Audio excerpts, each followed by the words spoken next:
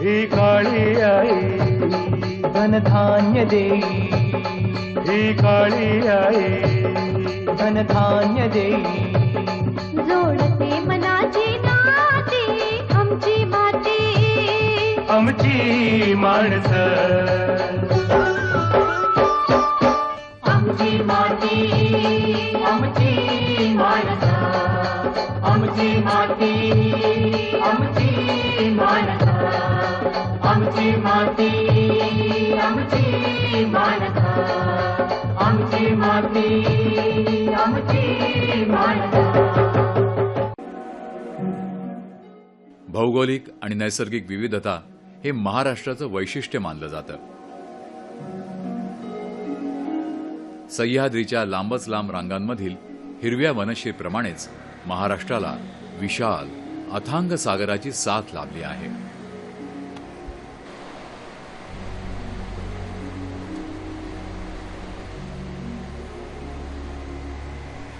शेकडो किलोमीटर लांबीचा सागर किनारा ही तर महाराष्ट्राची निसर्ग श्रीमंती. किनारपट्टीवर राहणाऱ्या लोकांना या समुद्रानं नुसतीच साथ सोबत केलेली नाही तर रोजगारही मिळवून दिला आहे.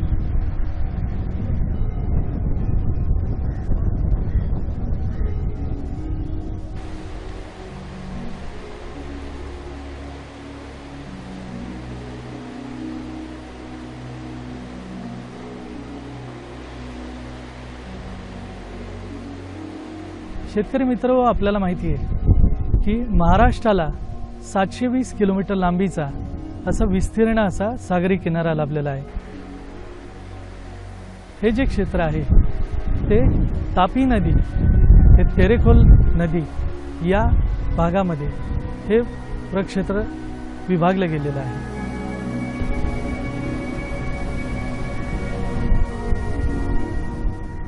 पंधरा नद्या, 5 मोठ्या खाड्या आणि 30 खाजणाच्या जमीन यांचा समावेश होतो. जो येणारा गाळ जो आहे तो गाळ या ठिकाणी साचून दलदलीचा भाग तयार झालेला आहे. या दलदलीचा जो भूभाग आहे या भूभागामध्ये मोठ्या प्रमाणावर कांदळवनाचं प्रक्षेत्र निर्माण झालेलं आहे.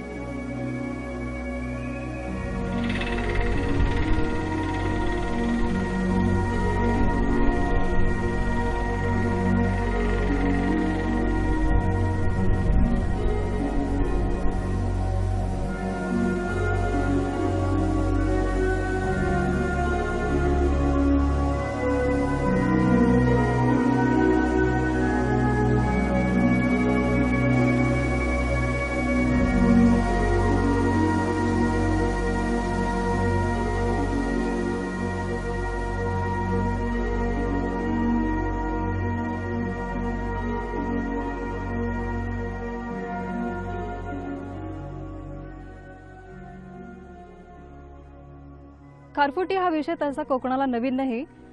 त्याची महती जगभरात सगळीकडे माहिती आहे. खास करून सुनामीनंतर त्याचं महत्त्व आहे हे पुन्हा एकदा चर्चेला गेलं. पण तरी तसं असलं तरी त्याच्यावरती प्रत्यक्ष किंवा अप्रत्यक्ष अवलंबून असणाऱ्या लोकांपर्यंत ही माहिती पूर्णपणे पोहोचलेलीच आहेच असं मात्र सांगता येत नाही.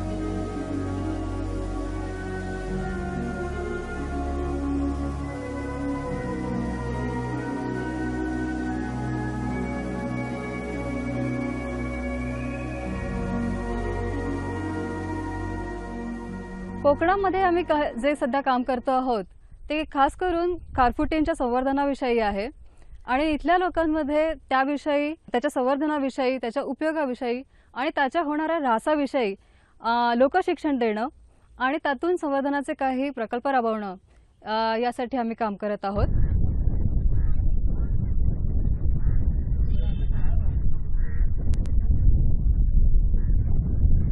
आम्ही या कासरेगावचे कायमचे रहिवासी आहोत आणि आम्ही सर्व काय शेतीचीच कामं करतो. शेती हा आमचा व्यवसाय. पण आमच्या गावामध्ये हे मोठं समुद्र आहे, बाजूला कांजणवळ आहे, पण त्याच्यामध्ये मच्छी आहे, खेकडे आहेत, पण तो प्रकल्प करायला आमच्याजवळ काही पैशाची थोडी हे नाही.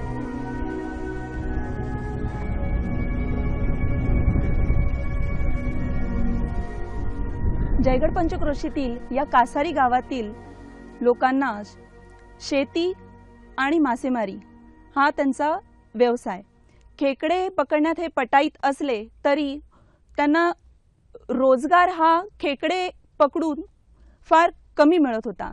बॉम्बे नॅचरल हिस्ट्री सोसायटी ही संस्था निसर्ग संवर्धनासाठी कटिबद्ध आहे आणि गेली 150 वर्षे या क्षेत्रामध्ये नावाजलेली आहे.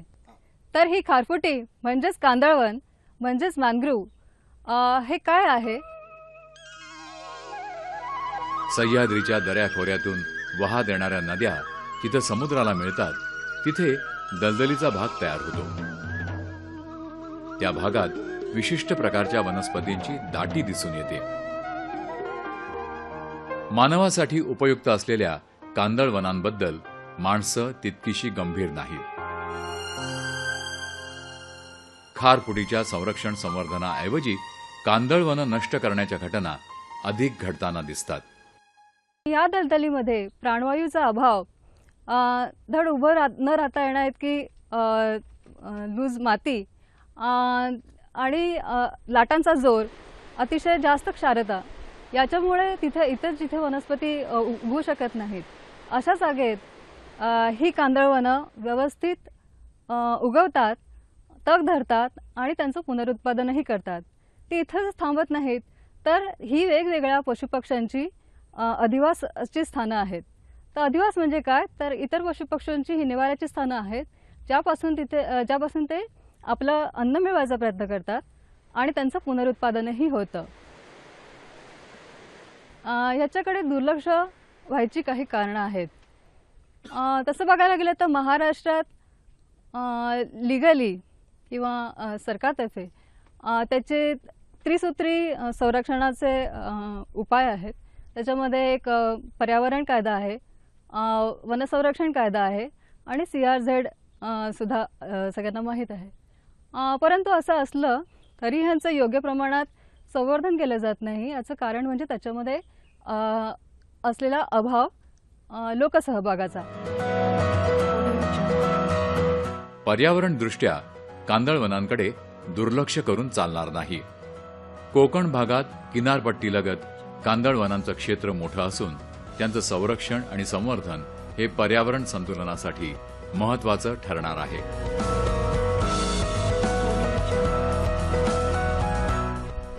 कांदळवनामुळे किनाऱ्याची वाऱ्यामुळे, प्रवाहामुळे आणि लाटांमुळे होणारी धूप त्या ठिकाणी थांबवली जाते.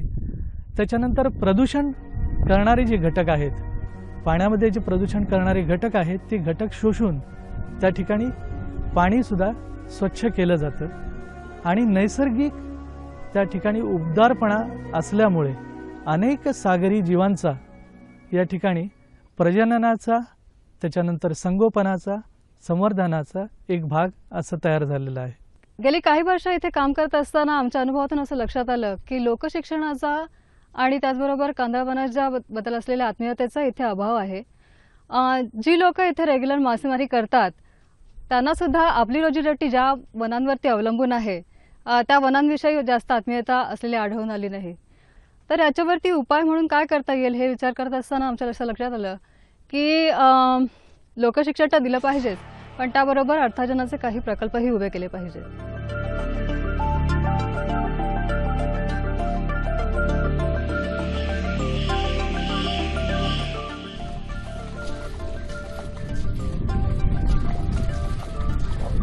आम्हाला सुद्धा वाटलं की काहीतरी आपण करावं आणि ही माझ्याबरोबर काय मुलं आहेत त्या पण बोलले की आपण करूया.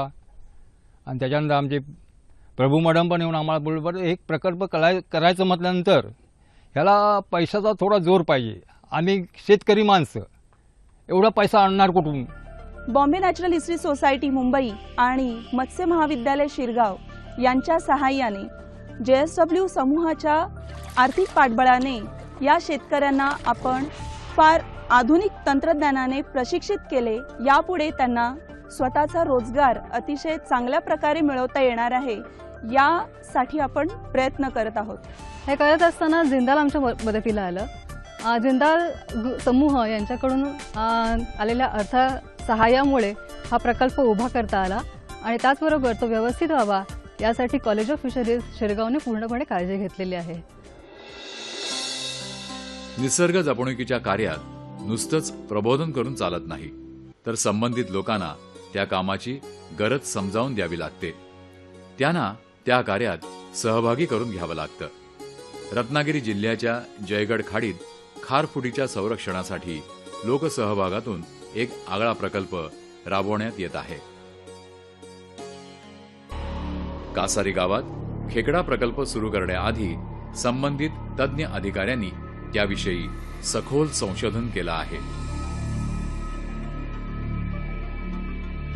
गेले 20 वर्ष खेकडा शेती या संदर्भात मी कार्यरत आहे. सध्या मोठ्या प्रमाणामध्ये कोळंबी संवर्धनाला अनेक प्रकारचे अडचणी निर्माण झालेल्या आहेत आणि हा धंदा मोठ्या प्रमाणामध्ये खर्चिक असल्यामुळे कोकण किनारपट्टीवर राहणारी जी आपली मच्छीमार वर्ग आहे त्यांना एक चांगला किफायतशीर व्यवसाय देणं अत्यंत गरजेचं होतं. या कोकण किनारपट्टीवर मोठ्या प्रमाणामध्ये कांदळवन वाढलेलं आहे आणि असं लक्षात आलं की खेकडा हा प्राणी जो कांदळवनातच राहतो आणि तो जर आपण या ठिकाणी करू शकलो तर हे जा मोठ्या प्रमाणात व्यवसाय आपण आपल्या गरीब मच्छीमार समाजाला किंवा नजीकच्या लोकांना देऊ शकतो. नाईक साहेब आणि स्वप्ना प्रभू त्यांनी येऊन त्या आमच्या गावामध्ये सर्व ग्रामस्थांना जमावून एक सर्व मार्गदर्शन केलं की हे तुमचं इथे कांदळवन आहे, समुद्र आहे, इथे खेकडं प्रकरण होणार आहे, तर तुमच्या ग्रामस्थांना त्याचा जर व्यवसाय करायचा असेल आणि त्याच्यापासून त्यांना फायदा होईल, काय हेळमजुरी मिळेल, हे सांगितल्याबरोबर आम्हालासुद्धा वाटलं की काहीतरी आपण करावं.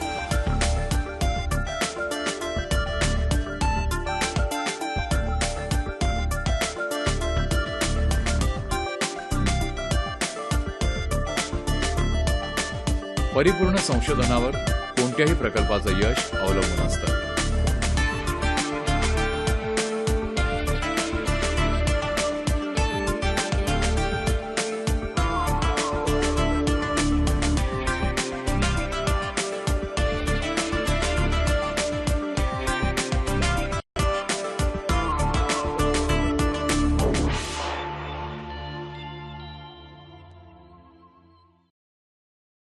मला सांगायला आनंद होतो की हा जो प्रकल्प आहे हा कोकण किनारपट्टीवर नव्हे तर पूर्ण पश्चिम किनारपट्टीवरील हा पहिला प्रकल्प आहे. या प्रकल्पाचं सर्वात महत्त्वाचं वैशिष्ट्य म्हणजे या ठिकाणी हा जो प्रकल्प उभारलेला आहे हा पाण्याच्या भरती ओटीवर आधारित आहे. तो खरं पाणी कसं इथनं आत येतं, बरोबर आहे, पाणी इथनं आत येतं आणि तिकडे जातं. आता त्यामुळे पाण्याचा जो स्लोप आहे ना तो आपला पॉइंटचा तो खरा असा उतरता यायला पाहिजे, वरती उंचावर आणि खाली असं खाली करत गेला पाहिजे, जेणेकरून काय होतं की जास्तीत जास्त पाणी निघून गेलं पाहिजे आणि हा भाग संपूर्ण सुकला पाहिजे. म्हणजे काय आपल्याला जास्ती असं खेकडे आपल्याला दिसू शकतात. जर समजा तो सरळ असेल तर काय होणार आहे, खेकड्याचं पाणी तसंच जाणार नाही. भरतीला या जो प्रकल्पामध्ये पाणी घेतलं जातं आणि ओहोटीला हे पाणी सोडलं जातं. यामुळे मोठ्या प्रमाणामध्ये पाण्याची येणं आणि जाणं चालू असतं आणि याचमुळे मोठ्या प्रमाणामध्ये या ठिकाणी मासे खेकडे चांगल्या रीतीने वाढू शकतात. भरती ओटीला हा खाली झाला की आपल्याला पाहिजे ते आपल्याला खेकडे आपण काढू शकतो, बघू शकतो, निरीक्षण करू शकतो, त्याचं वजन करू शकतो आणि आपल्याला वेळोवेळी कोकण किनारपट्टीवर ह्याला लागणारे जे सामान आहे, या प्रकल्पाला लागणारे सामान आहे हे कमी पैशामध्ये आणि सहजगत्या उपलब्ध होऊ शकतं. उदाहरण सांगायचं म्हणजे खेकडा. आता या किनारपट्टीवर 2 प्रकारच्या जाती आढळतात.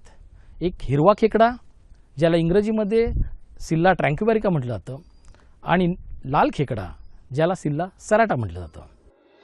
एखादा दिशादर्शक प्रकल्प लोकांसमोर सादर करताना त्यातील सगळे टप्पे संबंधितांना समजावून सांगावे लागतात. त्यांच्यापुढे फायद्या तोट्याची गणितं नीटपणे मांडावी लागतात.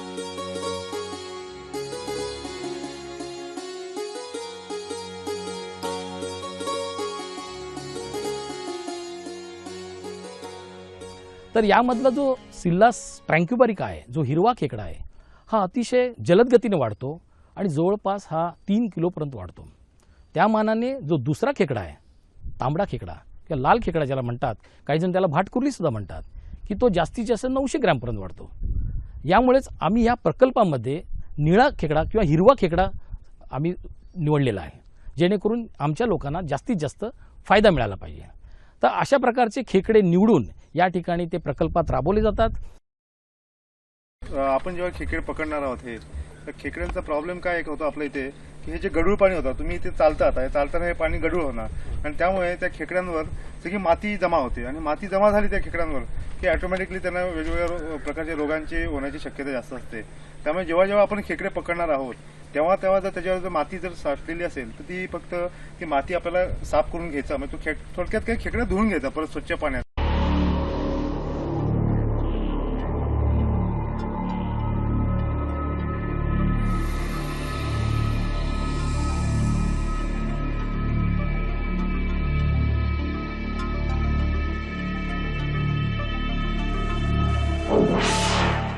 आमची माती आमची माणसं.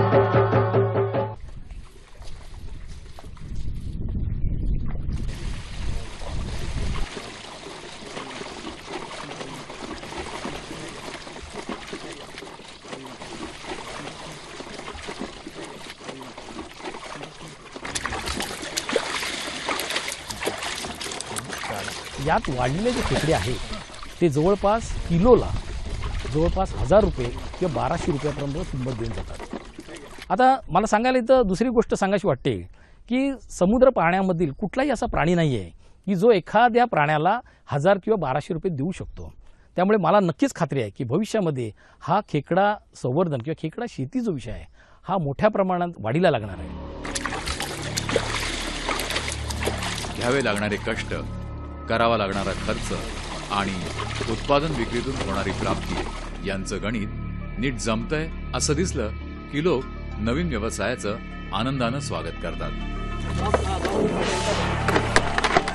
कांदळवनातील खेकडा संवर्धन हा कमी श्रमात अधिक नफा मिळवून देणारा प्रकल्प आहे. या खेकड्याच्या शेतीमध्ये या प्रकल्पामध्ये प्रामुख्याने आम्ही 2 विभाग केलेले आहेत. या पहिला विभाग म्हणजे ज्याच्यामध्ये हा जो तलाव आपणाला जो दिसतोय, या तलावामध्ये या साईडला मोठ्या प्रमाणामध्ये पाणी घेतलं जातं, जेथे आम्ही 50 ते 100 ग्रॅम आकाराचे खेकडे याच्यात सोडतो. आता हे सोडण्याचं प्रमाण एक ठरलेलं आहे. ते प्रमाण आम्ही 1 मीटर स्क्वेअरला 1 या पद्धतीने याच्यामध्ये सोडतो आणि अशा प्रकारचे खेकडे यांना सूर्योदयाच्या आधी आणि सूर्यास्तानंतर खाद्य म्हणून त्याला देतो. कारण हे प्रामुख्याने रात्रीच्या वेळेला जास्त ॲक्टिव्ह होणारे प्राणी आहेत, त्यामुळे या दरम्यान त्यांना खाणं द्यावं लागतं. आता हे देण्याचं प्रमाण त्यांच्या वजनाच्या 10% ठेवावं लागतं. आता जे आपण खेकडे टाकलेले आहेत, आता त्यानं खाद्य टाकलं त्यांना, पण तो काय होतं, खाद्य टाकल्यानंतर नेमकं खेकड्याने खाल्लंय की नाही आपल्याला ओळखता यायला पाहिजे. म्हणून काही दिवसानंतर आपण त्याचं वजन करणार आहोत. मग ते वजन केल्यावर तोच खेकडा कशावरून तो वाढलेला आहे हे जर आपल्याला समजलं. म्हणून आता पाठीवर आपण त्याच्यावर अक्षराने लिहितो एखाद्या मार्करने, त्याचा नंबर टाकतो, 1 नंबरचा खेकडा, 2 नंबरचा खेकडा, म्हणजे त्याचं वजन केल्यानंतर आपल्याला लक्षात येतं की हे वाढलं आहे वगैरे. तर याची काळजी प्रत्येक, किंवा त्याला आजार झाला आहे काय कुठला, तो पुन्हा जेव्हा आपल्याला मिळेल तेव्हाच तो समजतं. अन्यथा आपल्याला ह्याच्यातनं खेकडे ओळखता येणार नाही की आपला नेमका तो कुठला खेकडा आहे. त्याचा तोच खेकडा पुन्हा आपण पकडत असतो, असं व्हायला नको. म्हणून या दृष्टिकोनातून प्रत्येक खेकड्यावर मार्किंग करणं गरजेचं आहे. आणि त्यासाठीच आपल्याला या पूर्ण ह्याच्यामध्ये प्रत्येकाची, म्हणजे आता जे काही तुम्ही समजा आता हा 0.1 हेक्टरचा पॉन्ड आहे, आपण ह्याच्यामध्ये किती सोडलेले 1000 खेकडे ठेवले, पण 999चा खेकडा कुठला आहे हा सुद्धा आपल्याला या मार्गातून समजतो. आता असे हे जे खेकडे आहेत हे जवळपास 3 ते 4 महिने ठेवल्यानंतर ते 100 ग्रॅम ते 400 ग्रॅमपर्यंत वाढतात. आता हे वाढलेले खेकडे सहजगत्या आपणाला ओहोटीच्या वेळेला दिसतात. आता हे 400 ग्रॅमचे झालेले खेकडे जर आपण उचलले आणि नंतरची जी पद्धत आहे ज्याला पुष्टीकरण म्हणतात, त्या बॉक्समध्ये आपण ठेवतो आणि ह्या बॉक्समध्ये तो खेकडा ठेवल्यानंतर 1 महिन्याच्या कालावधीत त्याची वजन हे दुप्पट होतं, म्हणजे 400चा 800 होतो. आज ह्यामध्ये 400 ग्रॅम खेकडे निवडण्याचं कारण एवढंच आहे की आज बाजारपेठेमध्ये 800 ग्रॅमपासूनचे जे खेकडे आहेत त्यांना 1 किलोचा दर मिळतो आणि आमच्या मच्छीमारांना नक्कीच त्याचा फायदा होऊन 800 ग्रॅमपासून खेकड्याला 1000 रुपये त्याला मिळू शकतात. आता या ठिकाणी जे खेकडे ठेवलेले आहेत हे याच पद्धतीने आम्ही ठेवलेले आहेत. या ठिकाणी मोठ्या प्रमाणामध्ये जे खेकडे ठेवलेले आहेत ते जवळजवळ हा एरिया जो आमचा आहे प्रकल्पाचा तो जवळजवळ 0.1 हेक्टरचा आहे, जवळजवळ 1000 मीटर स्क्वेअरचा आहे, त्याच्यामध्ये 1000 खेकडे ठेवलेले आहेत. त्यापासनं मोठ्या प्रमाणामध्ये जवळजवळ एक विचार केला आपण तर 4000 खेकडे तर आपल्याला जगू शकणार आहेत. कारण आम्ही यामध्ये एक महत्त्वाचा विषय घेतलेला आहे की हा प्राणी मांसभक्षक असल्यामुळे हा एकमेकाला खाऊ शकतो काट टाकल्यानंतर. त्यामुळेच याच्यामध्ये एवढं कमी प्रमाणात जगणूकचं प्रमाण धरून याचं उत्पन्न आपल्याला मोठ्या प्रमाणात घेऊ शकतो. तो म्हणजे 0.1 हेक्टरच्या ह्याच्यामधून आपल्याला जवळपास 4 लाख ते 8 लाख वर्षाला आपण उत्पन्न घेऊ शकतो. मोठ्या उद्योग समूहाचं आर्थिक सहाय्य, शासकीय अधिकाऱ्यांचं संशोधन आणि प्रोत्साहन, पर्यावरण तज्ज्ञांचं उचित मार्गदर्शन आणि स्थानिक लोकसमूहाचा सक्रिय सहभाग यातून साकारलेला कासारी गावचा कांदळवनातील खेकडा संवर्धन प्रकल्प महाराष्ट्राच्या किनारपट्टीतील अनेक शेतकरी मच्छीमारांसाठी प्रेरणा देणारा ठरेल यात शंकाच नाही. आमची माती आमची माणसं.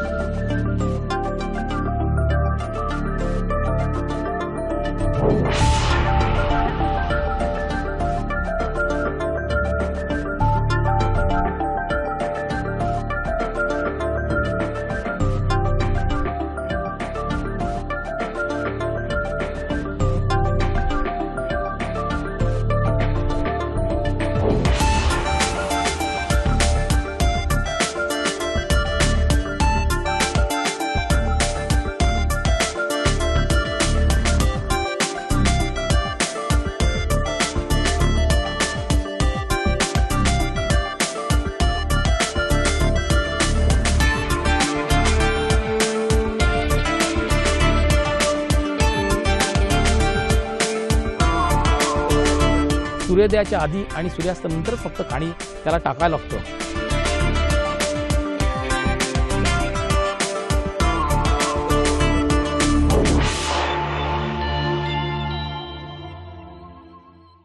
दिवसभर याला कोणत्याही प्रकारचं मॅनेजमेंट करावी लागत नाही. कारण ह्याचं पाण्याच्या कोणत्याही क्वालिटीमध्ये फक्त त्याची जी क्षारता आहे ती आपणाला 30च्या जवळपास असणे गरजेचं असतं.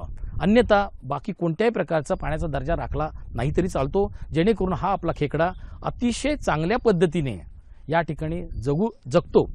आणि ह्यामुळे आमच्या ज्या मच्छीमार असतील किंवा जे शेतकरी असतील त्यांना यामध्ये कोणत्याही प्रकारचं जास्त काळजी घ्यावी लागत नाही. आणि त्यामुळे यांना भविष्यामध्ये या खेकड्यामधून जास्तीत जास्त उत्पन्न मिळणार आहे.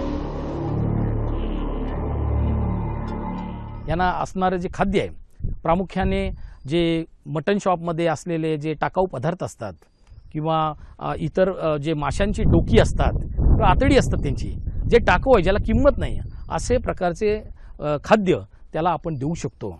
जेणेकरून या प्रकल्पासाठी किंवा या खेकड्याच्या वाढीसाठी लागणारं जे खाद्य आहे त्याला अतिरिक्त असं आपल्याला खाद्य देण्याची गरज भासत नाही.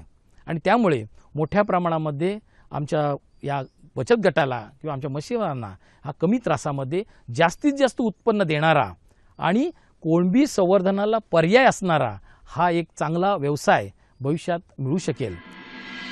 तज्ज्ञांच्या माहिती मार्गदर्शना इतकंच प्रकल्पात प्रत्यक्ष काम करणाऱ्यांचे अनुभव आणि मतं महत्त्वाची असतात. ती ऐकूनच अन्य शेतकरी नव्या उपक्रमात सहभागी होताना दिसतात. मी एवढं सांगू इच्छितो की सर्व तरुणांना की खेकडा व्यवसाय हा एक मोठा व्यवसाय आहे. आम्हाला पुढे आशा आहे की आम्हाला ह्याच्यातून काहीतरी फायदा मिळेल पुढे आणि आमची काहीतरी रोजीरोटी चालेल आणि आम्ही आमच्या शेतीप्रमाणे तो पण काहीतरी व्यवसाय चालेल एवढंच मी सांगू शकतो. आम्ही इकडे 6 जणांनी एक ग्रुप तयार केला आणि खेकडा प्रकल्प आम्ही करायचा हे निश्चय करून आज खेकडा प्रकल्प आम्ही चालू केलेला. ह्याच्यामध्ये आपल्या कुठलाच व्यवसाय असा नाही की एका किलोला 1000 रुपये आपल्याला मिळून देऊ शकतो. जयगड पंचक्रोशीतील या कासारी गावातील लोकांना रोजगार हा खेकडे पकडून फार कमी मिळत होता. या प्रकल्पासाठी आम्हाला जिंदाल आणि BNAच्या संस्थेने आर्थिक सहाय्य करून हा प्रकल्प चालू करण्यास मदत केली.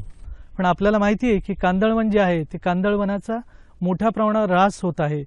निसर्गाला लाभलेली जी देणगी आहे ती मोठ्या प्रमाणावर ऱ्हास होत असल्याने या ठिकाणी एक स्वप्न घेऊन BNHS Bombay natural history society यांच्या संकल्पनेतनं आणि डॉक्टर बाळासाहेब सावंत कोकण कृषी विद्यापीठ कॉलेज ऑफ फिशरीज रत्नागिरी यांच्या मार्गदर्शनाखाली आणि JSW समूह यांच्या आर्थिक साहाय्याने या कासारी गावामध्ये एक समूह गटाला हा खेकडा प्रकल्प की ज्याद्वारे कांदळवनाचं निसर्गाचं कुठलाही ऱ्हास न होता त्या ठिकाणी कांदळवनाचं संरक्षण खेकडा संवर्धनाच्या माध्यमातून करण्यात येत आहे.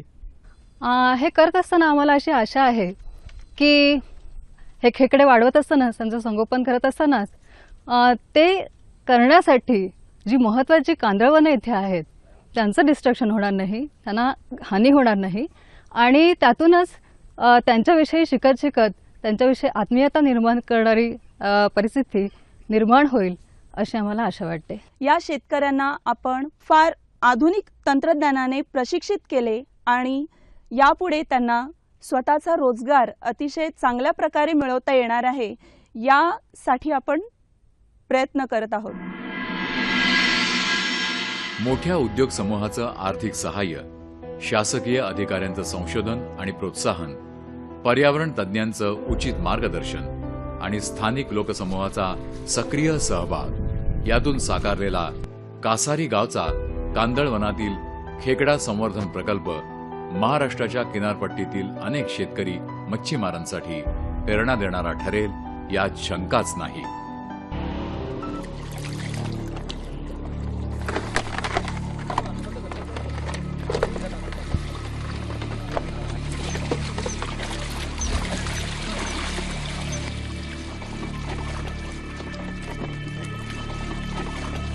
Oh.